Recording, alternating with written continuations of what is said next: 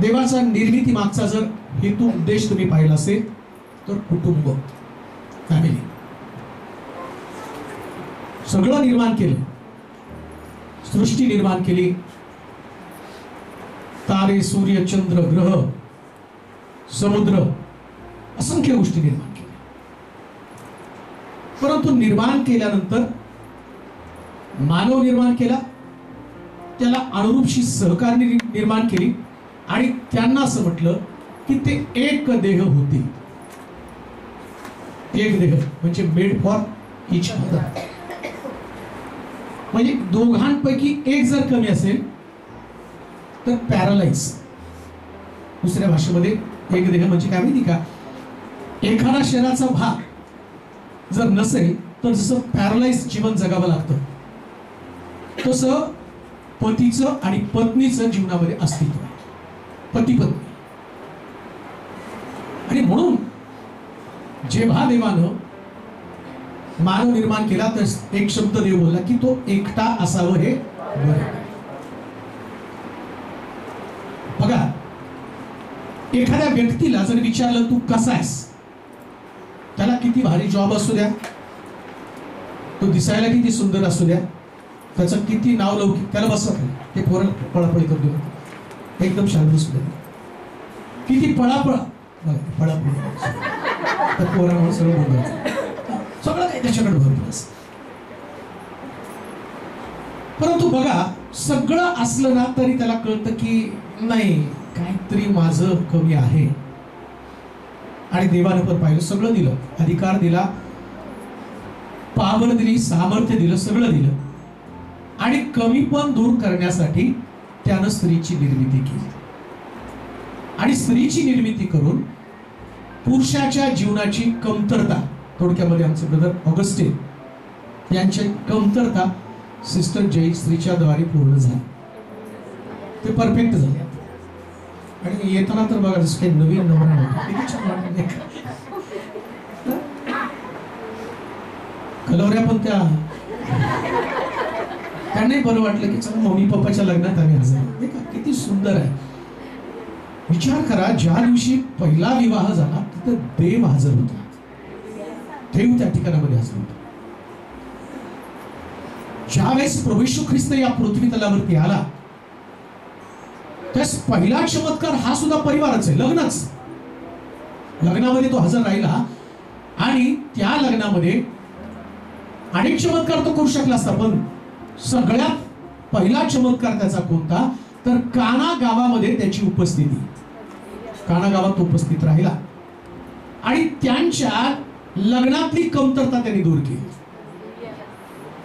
लक्षात घ्या, पती पत्नी असणं, जगामध्ये अनेक हजबंड वाईफ आहेत, परंतु त्या पती पत्नीपेक्षा सगळ्यात सुंदर पती पत्नी कोण, ज्यांच्यामध्ये येशू आहे तेच. पण आता 25 वर्ष ते एकत्र राहिले, त्यांनी शपथा त्यावेळेस घेतल्या,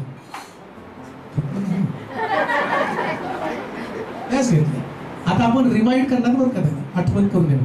मी म्हटलं सगळं तसंच करायचं, आता शपथ नाही घ्यायला, पण त्याला ती आठवण करून द्यायची. कोणती? सुखात दुःखात, श्रीमंती दारिद्र्यात, रोगात आरोग्यात 25 वर्ष तुम्हाला साथ दिली. काय म्हणजे तिथं आम्ही शपथ घेतली आणि त्यानंतर कुटुंब म्हणून आम्ही चाललो. लक्षात घ्या, शपथ घेणं त्याच्यात एक्साइटमेंट असते नाही का. मला तर वाटतं जेव्हा त्या मुलीचं लग्न ठरलेलं असतं ना, तर मुलाचं लग्न ठरलेलं असतं, तो पाठ करत बसला सुखा तुका रोगात आरोग्यात हटतं की तो पहिल्यांदा गेल्यावर पाळक काय विचारलं काय नाही. आणि बघा तुम्ही, काही काही लग्नामध्ये गेल्यानंतर ते पाळकाने विचार हो हो हो म्हणून मोकळे, तर ते एक्साइट झालेले असतात. परंतु या कुटुंबाला सुरुवात करत असतात, हे कुटुंब आम्ही पाहतो की प्रभू येशू ख्रिस्त जेव्हा नावेमध्ये त्यांनी प्रवेश केला ना, तो म्हटलं आपण पलीकडे जाऊ, कुटुंबाला पलीकडे जायचं असतं. आणि जेव्हा येशू आणि त्याचे शिष्य आहोत का, येशू वर आहे आणि शिष्य वर आहे, या दोघांना पण नावेमध्ये जायचंय, तसं ही संसाराची त्यांची नाव आहे.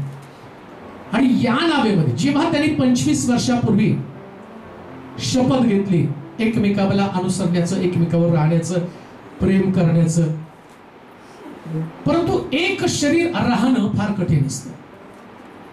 चैतन्याचा सगळ्यात मोठा हल्ला कुठं असतो तर कुटुंबावर. तो पर्सनली एका व्यक्तीला नाही गाठत. परिवार तोडण्याचं काम हा सैतान फार धूर्तपणे चाणाक्षपणे करत असतो. म्हणून येशू ख्रिस्त म्हटला की ते देवाच्या वचनामध्ये असं म्हटलं की ते एक देह होतील. एक देह, जेव्हा एक देह होतात ना, त्यांना कोणी तोडू शकत नाही. मग हे कसं काय एक देह होणार आहे? मुळामध्ये कुटुंब एक देह होतं कसं, पती पत्नी एक देह होतात कशी काय? 25 वर्षामध्ये त्यांनी एक देह, एक जीव. आणि एक देहाचं वैशिष्ट्य पहा, ते एकमेकाला सोडू शकत नाही. असं होत नाही की डोकं एकीकडे राहिलं आणि धड दुसरीकडे फिरायला. होतं का कधी असं? डोकं एका जागेला आणि मुंडकं एकीकडे फिरतं आणि शरीर एकीकडे फिरतं. मला वाटतं असं फिरताना जर बघितलं तर लोक त्यांच्या शेजारी पण बसतात. एक पती पत्नीचं नातं असंच, त्याने एकमेकाच्या बरोबर फिरलं पाहिजे, एकमेकाच्या बरोबर. त्याला एकदेव म्हटलेलं. मग ही फिरण्याची प्रोसेस काय किंवा ते एकदेव होतील कसे हाही मोठा प्रश्न आहे. आणि ते बायबल मध्ये त्याचं उत्तर शोधायचं. बायबल मध्ये एकदेव झाले म्हणजे नेमके काय झाले. एक वचन वाचा म्हणजे तुम्हाला समजेल.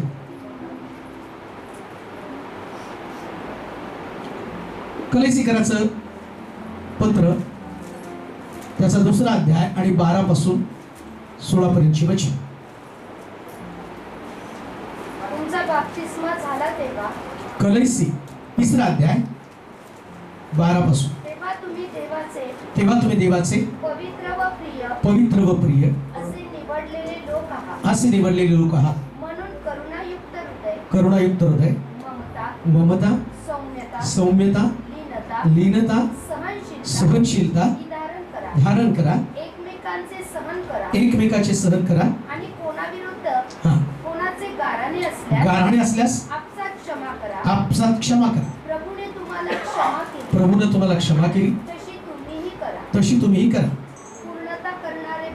पूर्णता करणारे बंधन अशी जी प्रीती ती सर्वांवर धारण करा. ख्रिस्ताची शांती तुमच्या अंतःकरणात राज्य करो. तिच्याकरिता तुम्हाला एक शरीर एक शरीर किंवा एक देह होण्यासाठी काय बिब्लिकल सिद्धांत आहेत, काय तत्व आहेत, प्रिन्सिपल काय आहेत? जेव्हा 25 वर्षापूर्वी ज्याने कोणी लग्न लावलं, जे पाळक असेल, तेव्हा इथून पुढं ते एक झाले, एक देह एक शरीर. आता बायबल मध्ये म्हटलं तुम्हाला पवित्र लोक, निवडले लोक म्हणून पाचारण करण्यात आलेले. लक्षात घ्या. ब्रदर ऑगस्टिन, सिस्टर जयश्री याच्या लग्नाच्या अगोदर ते निवडलेले नव्हते. कशासाठी निवडलेले? कुटुंब म्हणून. मी कुटुंबासंबंधाने बोलत आहे. जेव्हा देवानं मानव निर्माण केला तेव्हा देवाच्या डोक्यामध्ये कुटुंब होतं. कुटुंब, फॅमिली. म्हणून सगळ्यात मोठा आशीर्वाद काय माहिती का? तुम्ही फलद्रूप व्हा आणि भूमी व्यापून टाका. हा देवाचा आशीर्वाद आहे. आता कुटुंब म्हणून त्यांना स्थापित केलं तर कुटुंब एकत्र राहण्यासाठी इथं फार सुंदर शब्द वापरला. तो म्हणतो पूर्णता, काय शब्द आहे? पूर्णता करणारे बंधन. हा म्हणजे यांना त्या दिवशी एकत्र केलं, पण एकत्र बांधण्यासाठी. तर तो लग्नामध्ये एकत्र बांधण्यासाठी इथं आज पण हार आणले. हार घातल्याबरोबर बघा, हार घातले की अरे लग्न झालं, हार घातले की लग्न झालं. मग ते हार घातले, पण पुढं काय? आता तर बायबल सांगतं हे बंधन आहे. कोणतं बंधन? हार बंधन नाही बरं का. लग्नाच्या सिग्नेचर आम्ही म्हणतो नाही का, ते पाळक साहेब लग्नाचं सर्टिफिकेट द्या. काय करता घेऊन? डायव्होर्सला तेच वापरता. मुळामध्ये ते तुमचं जे काही सर्टिफिकेट आहे, तुम्ही लग्नाची जी तयारी करता, या सगळ्या अनबिब्लिकल गोष्टी आहेत. मी बिब्लिकल सांगत आहे. बायबल मधल्या गोष्टी तुम्हाला सांग. बायबल मध्ये नेमकं काय? पती पत्नीला एकत्र आणणारी गोष्ट कोणती असेल तर लव, प्रीती. हे बंधन आहे. आणि 25 वर्षामध्ये हे एवढं भक्कम झाल्याने फेविकॉल का मजबूत जोड तुटते का? 25 वर्ष इतके मजबूतीने एकमेकाला घट्ट राहिलेले आहेत. पहा इथं या मजबूतीला किंवा यांना मजबूत करणारी गोष्ट पवित्र शास्त्रात सांगितली. कुटुंब म्हणून मी सांगतो. आणि एक गोष्ट लक्षात ठेवा, तुम्हाला या पृथ्वी तलावर फक्त कुटुंब म्हणून जगायचं, परिवार म्हणून जगायचं बरं का. पती पत्नी लेकर याच्या व्यतिरिक्त नाही. आणि त्यांच्याकडे मी गेल्यावर एवढ्या वर्षात त्यांचा माझा संपर्क, आता किती वर्ष माझ्या संपर्कात आहेत मला माहित नाही, पण फक्त परिवाराच्याच गोष्टी. ते माझ्याशी त्यांच्या लेकरांविषयी मला अजून त्यांनी कुठल्या गोष्टीविषयी चर्चा केलेली बरं, त्यांच्याही वाढदिवसाला आणि त्यांच्या लग्नाच्या वाढदिवसाला फक्त मीच असतो. त्यांनी जाणलंय परिवार इतका महत्वाचा आहे, मजबूत. सारा फोकस परिवारावरती, कुटुंब.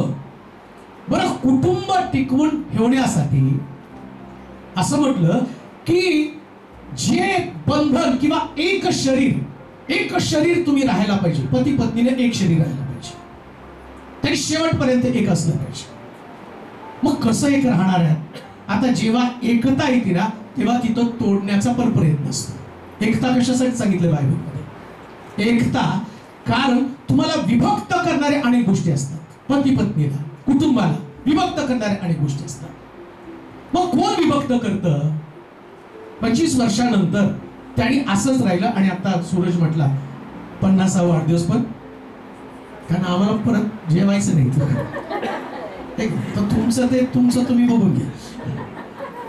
तुम्ही अंगठ्या घाला, हार घाला, पण 50 वर्षानंतर सुद्धा आम्हाला इंटरेस्ट काय तुमच्यामध्ये की चला तुम्ही एन्जॉय करता, आनंद करणाऱ्या बरोबर आनंद करा. पण तुमचा फोकस काय?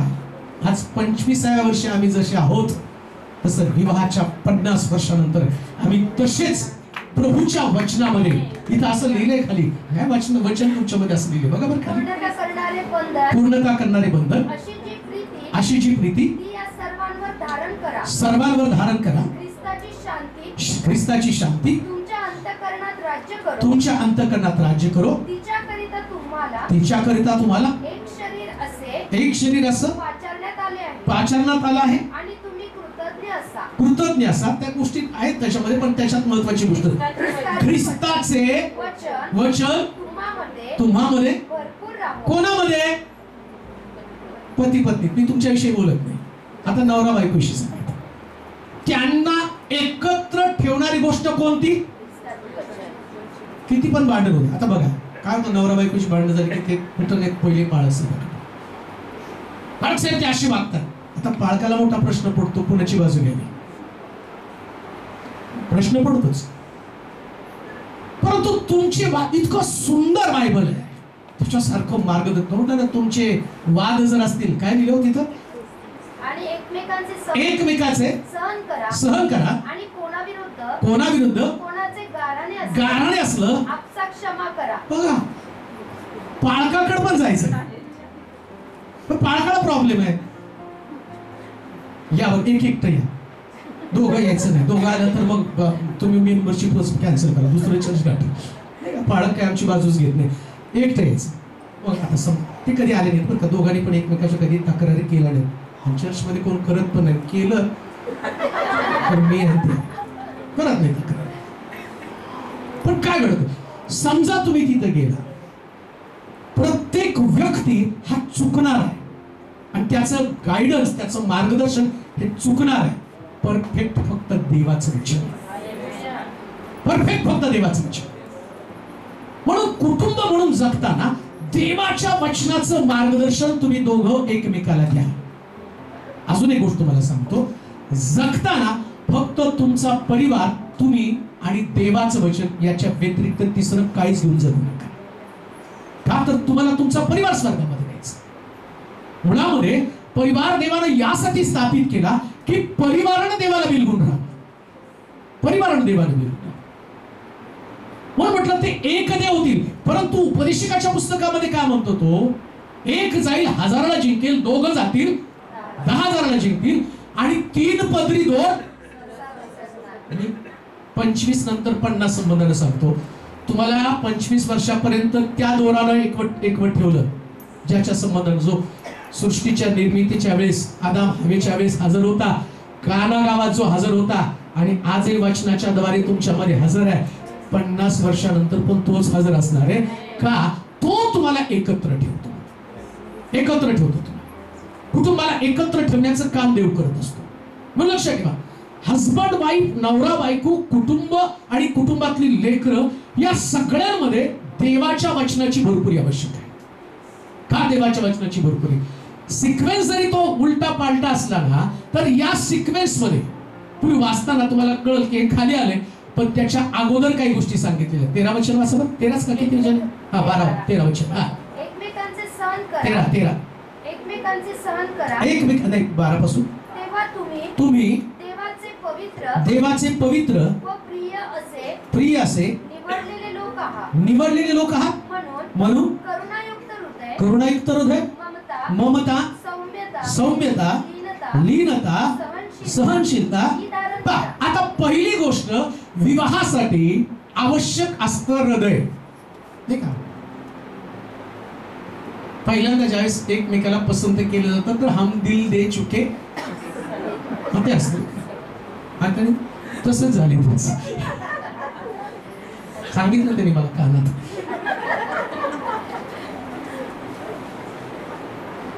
हे हृदय आहे.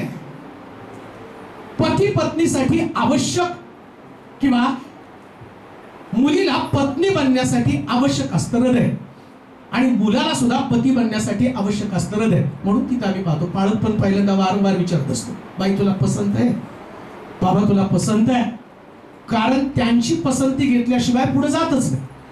आता मी तुम्हाला काय सांगतो, पसंतीला झाले हो, आला तुम्ही एकत्र, शब्द दिल्या, सगळं काही केलेलं, परंतु ज्या हृदयानं तुम्ही एकमेकाला पसंत केलं, एकमेकाला स्वीकारलं, आता त्या हृदयाला देवाच्या वचनानुसार जो बदल आवश्यक आहे. आम्ही एक शरीर असं सांगितलेलं होतं. पती पत्नी म्हणजे एक शरीर, एक बॉडी तेच बनलेली. आता ही एक बॉडी बनण्यासाठी दोघांच्या हृदयामध्ये बदल व्हायला पाहिजे. मग त्या हृदयात बदल झाला तर ते हृदय कसलं आहे? पती पत्नीसाठी बरं का, लग्न करण्याच्या अगोदर यंग ब्रिगेड, नुसतं हम दिल दे चुके सनम करू नका. काय त्याच्यामध्ये कसलं हो? म्हणजे नवरा बनण्याच्या अगोदर काय आवश्यक आहे? बायको बनण्याच्या अगोदर काय आवश्यक आहे? करुणायुक्त हृदय असल्याशिवाय पती पत्नीचं नातच निर्माण होऊ शकत नाही.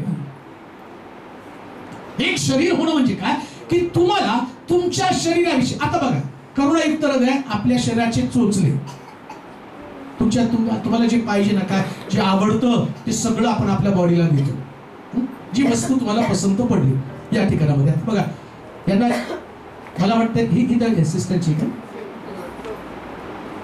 कोणी पसंत केली? सांगा हो. दोघांनी केली नाही, तुम्ही त्यांना विचारून पसंत केली. दोघांनी नाही केली असं होत नाही. घरोघरी मातीच्या चुली, तुम्ही त्यांना विचारून पसंत केली 100%. बरं, त्यांना विचारून पसंत करत असताना त्यांनी बोटामध्ये बघून घातली, शोभती का नाही बघितलं, जे आवडतं ते त्यांनी त्यांच्या देहाला दिलं. करुणायुक्त हृदय म्हटले. तुम्ही ज्यावेळेस पती पत्नी म्हणून एकमेकाला स्वीकारताना तेव्हा तुम्हाला एकमेकाची आवड निवड, पसंत म्हणजे काय, माझ्या नवऱ्याला काय आवडतं हे बायकोनं विचार करायचा असतो आणि बायकोला काय आवडतं ते नवऱ्यानं. त्याने उत्तर एकदम सुंदर दिलं, आम्ही दोघांनी पसंत केली. कारण त्याला माहिती एकमेकाला काय, त्यानं कुटुंब एकत्र राहतं, त्यानं कुटुंब एकत्र राहतं. जर पती पत्नीमध्ये संघर्ष असेल, माझी आवड तुझी आवड, तर ते कुटुंब कधीच टिकलं जाऊ शकत नाही. अजून एक गोष्ट मी तुम्हाला सांगतो, कुटुंब टिकवण्यासाठी दोघांच्या अंतःकरणामध्ये करुणा असणं अतिशय गरजेचं आहे. करुणा, करुणा म्हणजे काय माहिती का, जे शब्द मला माहित नाही की ज्या लोकांनी या शब्द निर्माण केल्या, सिरियल पालक लोक, त्या लोकांनी ते कसं काय पवित्र आत्म्याने त्यांना शिकवलं, सुखात दुःखात रोगात आरोग्यात. करुणा म्हणजे काय माहिती का, सुखाचे सोबती सगळेच असतात, पण दुःखामध्ये टिकून राहणं त्याला करुणायुक्त हृदय म्हणतात. आजारपणा, कठीण प्रसंग, ज्यास काही नसतं तेव्हा टिकून राहणं. त्या दोघांची साक्ष मी नेहमी ऐकतो, ते गेल्यावर सांगतात. त्यांचं एक स्टूल अजून किती वर्ष झाली, 25 वर्ष चिकटपट्टी लावून ठेवली, चिकटपट्टी लावून ठेवली. का माहिती का, त्यांच्याकडे काही कमी नाही, दोघांना पगार भक्कम आहे, पण ती आठवण आहे या फुटलेल्या स्टूल बरोबर तिने मला साथ दिली, अजूनपर्यंत माझ्या सोबत आहे. काय सुंदर ते लग्न, काय सुंदर ते लग्न. आज प्रभूनं त्यांना दोघांना आशीर्वादित केलं. मुलगी गव्हर्नमेंट सर्वंट आहे, त्यांना काही कमी ठेवलं नाही, घरदार सगळं देवाने आशीर्वाद दिले. परंतु ती गोष्ट नाही त्यांनी सोडली.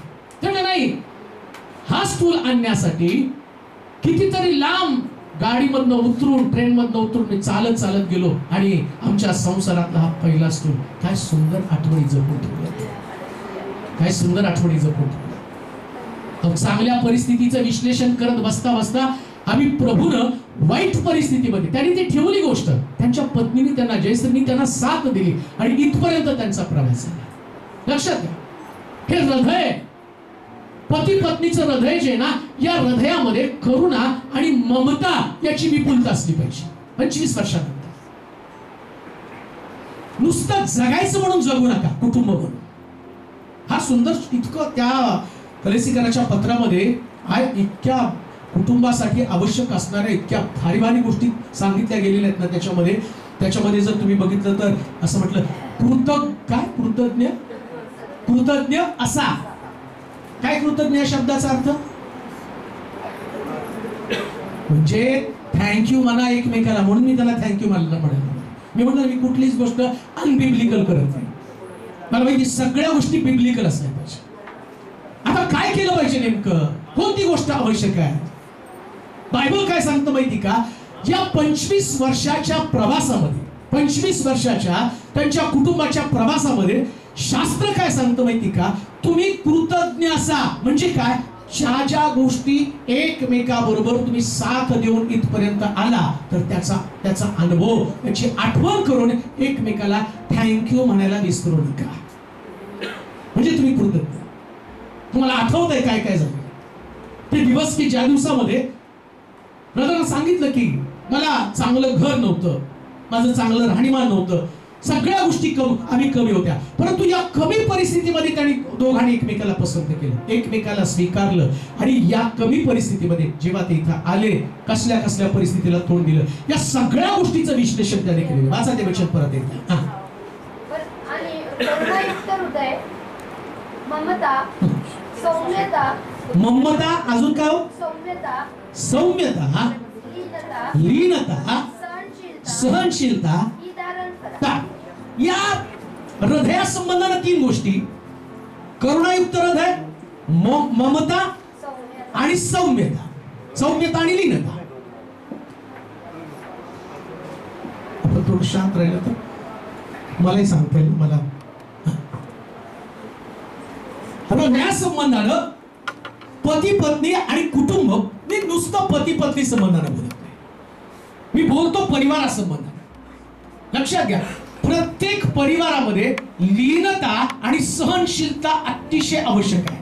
ज्या परिवारामध्ये लीनता, सहनशीलता नाही, तो परिवार कधीच पुढे जाऊ शकत नाही, टिकू शकत नाही. आणि म्हणून या परिवाराचं वैशिष्ट्य काय असावं? जर त्या पती पत्नीला एक शरीर पाचरण करण्यात आले, एक देह ते झाले, एक परिवार म्हणून ते अस्तित्वात आहे, तर या परिवाराचं वैशिष्ट्य काय असलं पाहिजे? त्यांचं हृदय, या हृदयामध्ये सहनशीलता. आणि लक्षात ठेवा, सहनशीलता नसेल तर परिवार कधीच टिकत नाही. म्हणून म्हटलं मी तिथं शपथ घेताना म्हटलं जातं ना, सुखात दुखात ते पोपट पंच असते. कारण नवरीला पांढरे ड्रेस, तिला अंगठी, नंतर गळ्यामध्ये कर्ज काढून घातलेला हार. आता नाही, आता तुमच्याकडे भरपूर आहे, पण मला आठवतं की जी लग्न मी पाहिली, जनता साड्यात पण लग्न लावले, जुनी लग्न ती जनता साड्यामध्ये सुद्धा लावलेली नव्हती परिस्थिती, पण तरी आनंदी होते आणि ते करत होते. मग त्यांचं एक्साइटमेंट काय? त्यांना पुढची परिस्थिती माहित नाही की जीवनामध्ये कुठल्या प्रश्नाला आम्हाला तोंड द्यावं. त्यांना माहित नाही की आजारी पण पडणार आहे, त्यांना माहित नाही कधी गरिबी पण येणार आहे, त्यांना माहित नसतं की किती मोठे प्रश्न पुढे येणार आहेत. त्या सगळ्या संकटाला लक्षात ठेवा, जेव्हा परिवार म्हणून तुम्ही येताना, ते इतकं देव इतका भारी आणि इतका वैशिष्ट्यपूर्ण देव आहे, त्यानं सगळं नियोजन त्या ठिकाणात करून ठेवलं. पुरुष आपल्या आई बापा सोडून, देवाला कसं माहितीये? त्याला माहितीये लग्न केल्यावर ते आई बाप म्हणतील बायकोचा बैल, तो बायकोचाच आहे, तो बायकोचाच असतो, बायको चल घराच्या बाहेर, ते बाहेर काढतात. त्यावेळेस त्याला जी होणाऱ्या वेदना आहे, आधी सगळं घर एकत्र असल्यानं चाललं, आता घरापासून अलिप्त झाला आणि तुम्हाला तोंड द्यावं लागणार आहे, तुम्हाला परिस्थितीचा सामना करावा, तुमच्या बाजूला कोण नसणार आहे, कोणी तुमची प्रियजन. एक गोष्ट ध्यानात ठेवा, जगामध्ये तुम्ही सगळ्याला संतुष्ट करू शकत नाही. तुम्ही नाही संतुष्ट करू शकत सगळ्याला. त्यास तुम्हाला तुमचा परिवार, तुमची पत्नी, तुमचा पती, मी तुम्हाला सांगतो की पती पत्नीचं नातंच या जगामध्ये देवानं पहिल्यांदा निर्माण केलं आणि या निर्माण केलेल्या नात्याला तुम्हाला आयुष्यभर जपावं लागणार जर तुम्ही ख्रिस्ती आहात, जर तुम्ही विश्वासणारे आहात. पती पत्नीचं नातं. मी दुसऱ्या नात्यासंबंधानं बोलत नाही, मी दुसऱ्या नात्यासंबंधानं बोलतच नाही. देवानं निर्माण केलेला पुरुष आणि स्त्री याच्यामध्ये पती पत्नीचं नातं सर्वोच्च नातं आहे. का मी असं म्हणतो? कारण प्रभू येशू ख्रिस्त जेव्हा येणार आहे ना, तो पण त्याच्या बायकोला म्हणजे त्याच्या वधूला नेण्यासाठी येणार. इतकं सर्वोच्च नातं आहे हे पती पत्नीचं नातं, इतकं सर्वोच्च नातं आहे. म्हणून दोघांनी सुद्धा, जसं आमचा मंडळी म्हणून आम्ही येशूची वाट पाहत आहोत, ते ख्रिस्ताची वधू, तसं सुद्धा आता जर आम्हाला हे सगळी सत्य समजली, हे सिद्धांत आम्हाला कळले, तर याचा अर्थ हे पती पत्नीचं नातं किती पवित्र नातं आहे, काय होलीनेस त्याच्यामध्ये, आणि काय प्रभूनं निर्माण केलेलं रिलेशन आहे. लक्षात ठेवा, पती पत्नी म्हणून जेव्हा तुम्ही राहता ना, तेव्हा देव सुद्धा तुमच्यावर संबंध प्रस्थापित करतो. पती पत्नीच्या नात्यातलं सगळ्यात गोडवा कोणता माहिती का? तुम्ही पती पत्नी म्हणून एकमेकाचं सहन करता आणि तुम्ही एकमेकाच्या जवळ राहता, तर देव तुमच्या नात्यामध्ये टिकून राहतो. समजते का? तुमच्या लक्षात येतं का हे नातं पती पत्नी म्हणून? लक्षात ठेवा, पती पत्नी खालचं वचन वाचा. एकमेकांचे सहन करा आणि कोणाविरुद्ध कोणाचे गाराने असले, कोणाविरुद्ध कोणाचे गाराणे असले आपसा क्षमा करा. काय करावं? म्हणजे पती पत्नीच्या नात्या संबंधामध्ये एक गोष्ट तुम्हाला सांगू द्या, नवरा बायकोच्या भांडणामध्ये कोणीच पडायचं नाही. देव नाही पडला तर तुम्ही कशाला पडता? आणि यांचं वैशिष्ट्य काय माहिती, भांडतेत आणि संध्याकाळी गोड पडतात. अजून एक गोष्ट तुम्हाला सांगतो बरं का, कोण सांगत नाही पण मी सांगतो, दोघांनी एकमेकावर संशय घ्या. का माहिती का? ते प्रेम असल्याचं लक्षण आहे. कोण जर म्हणतो ना माझ्या बायकोवर विश्वास आहे, त्याचं प्रेम नाही त्याच्या बायकोवर. प्रेम असल्यावर डाऊट. कुठे बघितलं? काय बघितलं? का तर तुमचं प्रेम आहे. प्रेम नसलं तर फिरा, कुठेही फिरा, काही प्रॉब्लेम नाही. अजून एक गोष्ट मी तुम्हाला सांगतो, हवा आदामाला बिलगून नव्हती म्हणूनच फळ घेऊन आली ना. तर त्याने विचारलं असतं, ती काय एकदम जाऊन फळ घेऊन नाही आली, शक्यच नाही असं. ते 4-5 वेळा त्या झाडाकडे गेली असेल ती. मग आदामाने विचारलंच पाहिजे होतं ना, कुठे जाऊन आलं सिस्टर? मिस्टर युनिव्हर्स मध्ये बायकोला पण नवरा सिस्टरच म्हणतो की, कुठं जाऊ? विचारलं असतं तर मग तिने सांगितलं असतं, नाही तिकडे जरा ते देवानं सांगितलं होतं त्या झाड, तुला कोण सांगितलं शांतपणा करायला? दोघं बागेत निवांत राहिले असते ना. म्हणून मी तुम्हाला सांगतो, डाऊट घ्या. घेतात ते सांगायच्या आधीच घेतात. अहो त्यांच्या जेवायला घेऊन तुम्ही येणार, किती डाऊट घेतात एकमेकावर ते बघून मी हादरलो.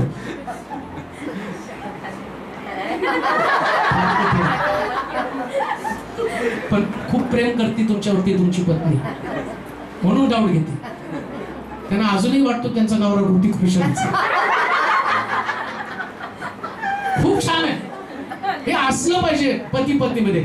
जर समजा तुमचं अट्रॅक्शन एकमेका संबंधानं नसेल ना, तर तुम्ही कधी संशय घेणार नाही. ज्या अर्थी तुम्ही त्यांना बिलगलेला, एक शरीर आहात आणि शरीराचं वैशिष्ट्य काय माहिती का? जे देव या बॉडीला सांगतो ना, अहो तुम्ही सकाळी उठल्या मी एकदा उठलो तर माझ्या पाठीत दुख काहीतरी आहे, म्हणजे डाऊट आला ना मला माझ्या बॉडीवरती, काहीतरी वेगळं दिसलं, बॉडीला चेक केलं. तसं पत्नी ही शरीर आहे, पती हे शरीर आहे. त्या शरीरा संबंधानं असणाऱ्या सगळ्या गोष्टीमध्ये आम्हाला संशय येणं गरजेचं आहे. म्हणून काय म्हटलं, आता असं जरी असलं, फार काय बायबल सांगतो, असलं काय करावं? क्षमा करा. जरी असा काही संशय तुम्हाला आला तर काय करा? तो दुसरीकडे तिसरीकडे देऊ नका. दुसरीकडे तिसरीकडे नेलं. मी पाहिलं ऑगस्टिन ब्रदरला चहा पिताना हॉटेलमध्ये. क्लॅरिफिकेशन. कुटुंब टिकण्यासाठी क्लेरिफिकेशनची फार गरज आहे. तुम्ही काही गोष्टी तुमच्यातनं चुकण्याची शक्यता आहे. मानव म्हणून तुम्ही पृथ्वीतला वरती राहता आणि तुम्हाला तुमचं कुटुंब नुसतं कुटुंब नाही, पवित्र आणि निवडलेलं कुटुंब. लक्षात घ्या, नुसतं कुटुंब नाही, पवित्र आणि देवाचं निवडलेलं कुटुंब.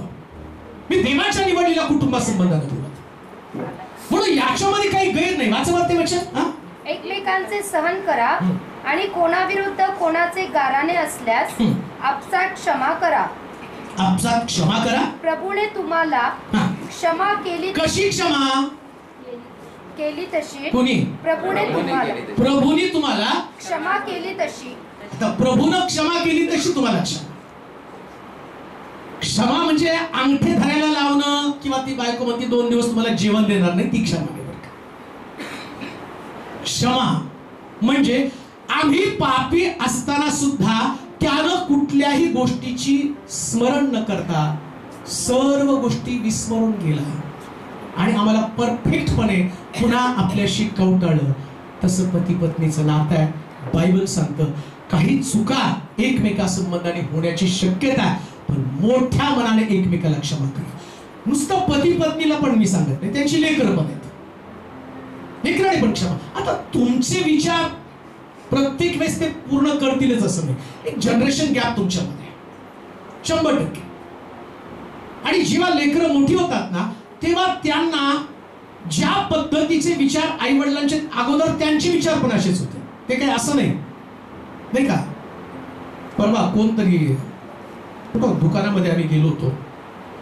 मुंबईवरून येता एका दुकानात कपड्याच्या गेलो आणि मग योगेश आमच्या बरोबर होता. मग त्याने ती पॅन्ट काढली आणि तो म्हटलं की निलूला म्हटलं ही पॅन्ट थोडं. अरे एवढी नाही, आत्ताची स्टाईल आहे म्हटलं. ही डगडी, अरे आम्ही आधीच वापरली. आता तुम्ही स्टाईल म्हणून वापरता, पण ती आम्ही आधी वापरलेली आहे. म्हणजे हे जनरेशन गॅप जे आम्ही अगोदर केलं ते तुम्ही करत आहात आणि तुम्ही नंतर पुढे कराल, तुमची लेकरं तेच करणार आहे.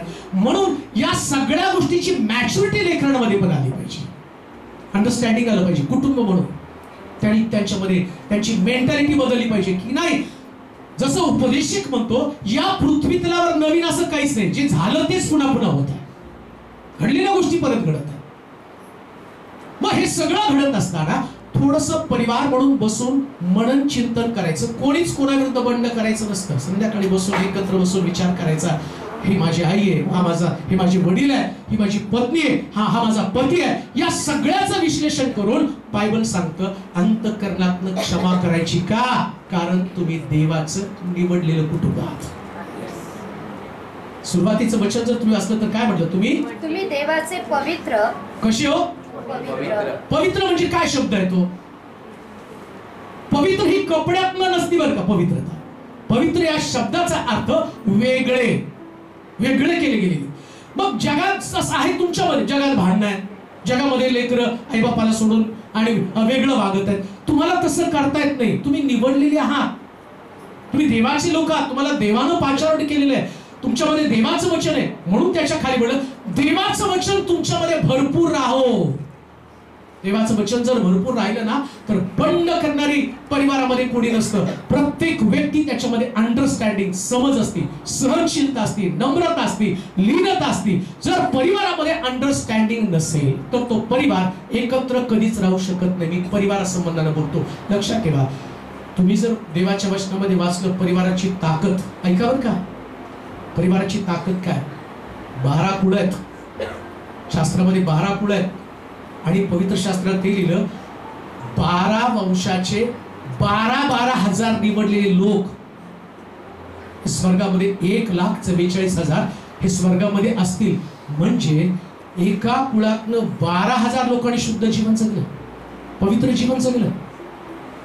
हे स्वर्गामध्ये डायरेक्ट त्यांना प्रवेश आहे. 1,44,000. इथं पवित्र या शब्दासंबंधाने मी बोलत आहे.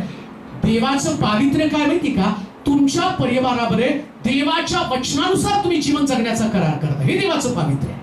आणि म्हणून मी त्याला सांगेल जाता जाता, बऱ्याच गोष्टी सांगायच्या पण एक गोष्ट सांगून मग संपेल. त्याच्या खाली पूर्णता करणारे बंधन, पूर्णता करणारे बंधन अशी जी प्रीती ती या सर्वांवर धारण करा. सर्वांवर म्हणजे कुणावर?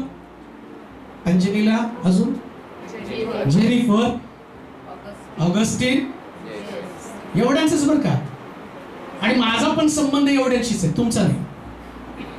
देवाचा पण संबंध कुणाशी? पुन्हा मी तुम्हाला सांगतो, तो कुळा संबंधाला बोलत आहे, वंशा संबंधाला बोलत आहे.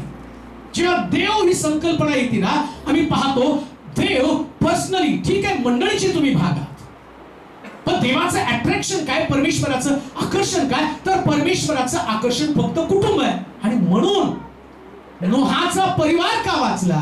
नोहानं जगाचा विचार केला नाही, आपल्या परिवाराचा विचार केला.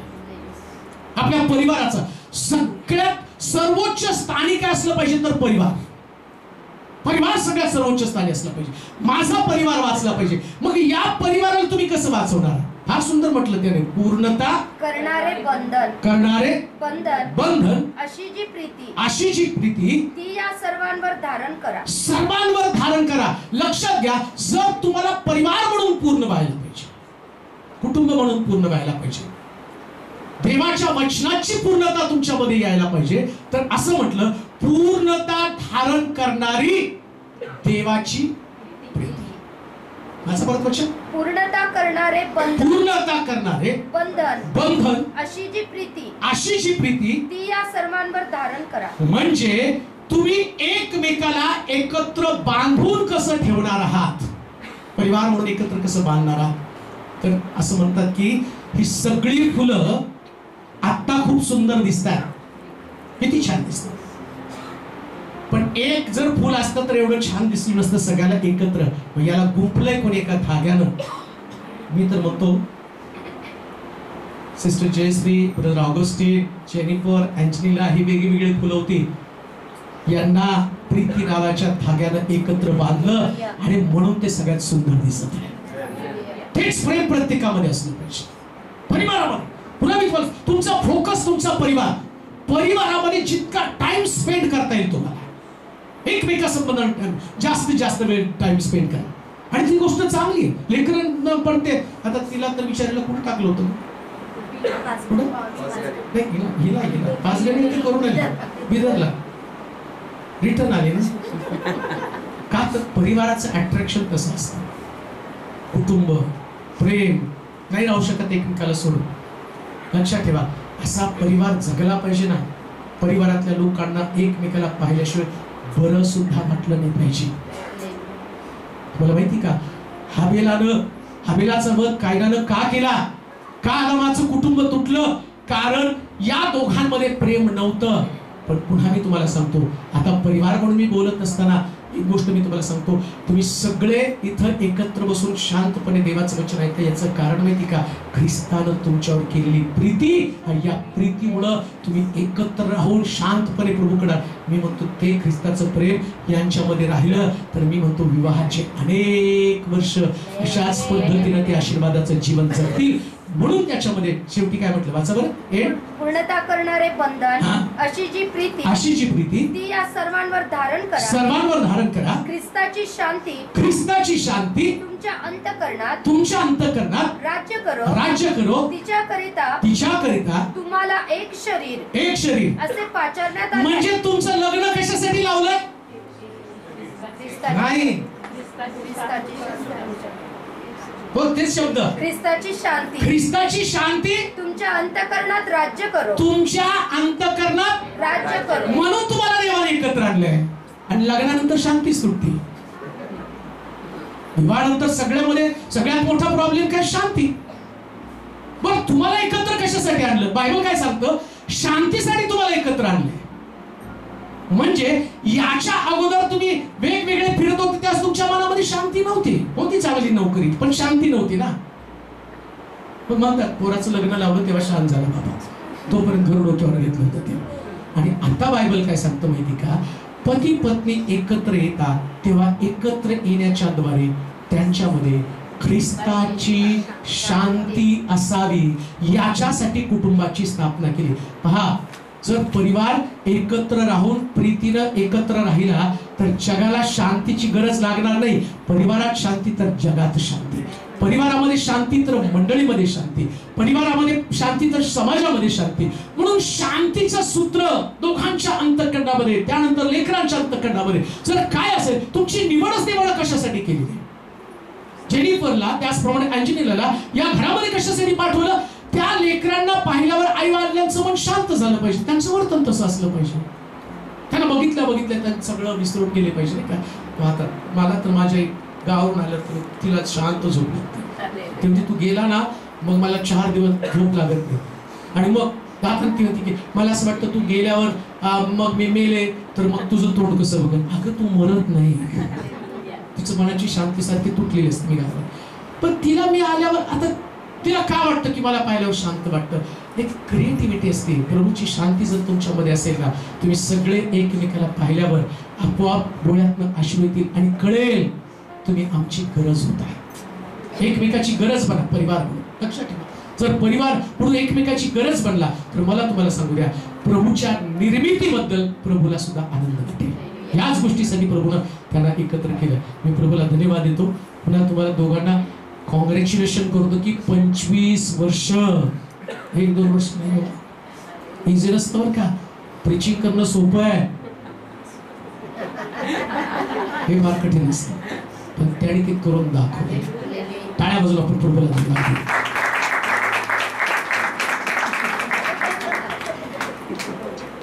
बघा आता